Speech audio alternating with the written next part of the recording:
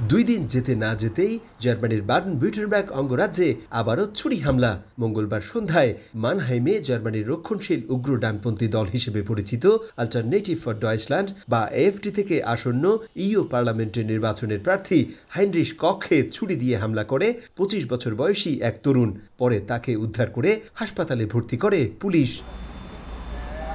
এ ঘটনায় জড়িত সন্দেহে একজনকে আটক করেছে নিরাপত্তা বাহিনী। পুলিশ জানায়, হামলাকারী প্রথমে এএফডি রাজনৈতিক দলের ওই প্রার্থীর লাগানো বেশ কয়েকটা পোস্টার ছিঁড়ে ফেলে। এ সময় হামলাকারীকে হাতে নাতে ধরে ফেলে প্রার্থী নিজেই। এ সময় নিজেকে ছাড়িয়ে নিতে ছুরি দিয়ে এলোপাতাড়ি হামলা চালায়। গ্রেফতারকৃত সেই ব্যক্তি মানসিক রোগী বলে জানায় পুলিশ। তবে কী উদ্দেশ্যে এই হামলা তা তদন্ত করছে নিরাপত্তা বাহিনী।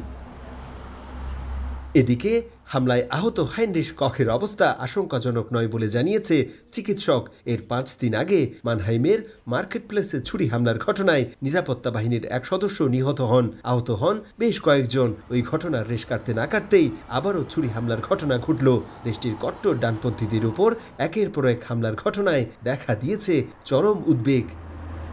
জার্মানি থেকে বিটু বড়ুয়া, সময় সংবাদ।